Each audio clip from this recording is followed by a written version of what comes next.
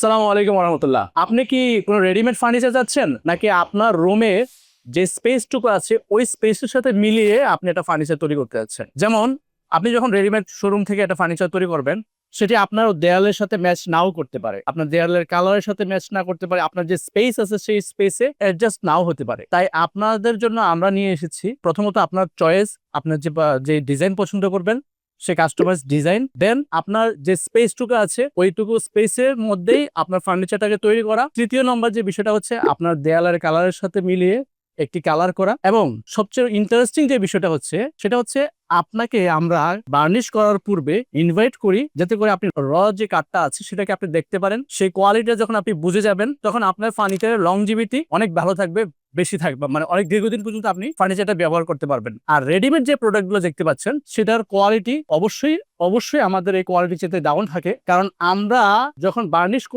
করছি না, তার মানে আপনি বুঝে নেবেন যে আমরা ভালো সারি কাঠটা দিয়ে ফার্নিচার করি বলেই আমরা এটাকে এখনো বার্নিশ করি নাই। আর যারা রেডিমেড করতেছে তাদের লেকার পলিশ বা যাই বলেন না কেন বার্নিশ সবকিছু রেডি থাকে, তাতে করে আপনি আপনার ফার্নিচারের ন্যাচারাল যে সিনটা আছে সেটা বুঝতে পারছেন না। ফার্নিচারের জন্য আমাদেরকে অর্ডার করবেন, সেলিম ডোর এন্ড ফার্নিচারে আপনাকে স্বাগতম।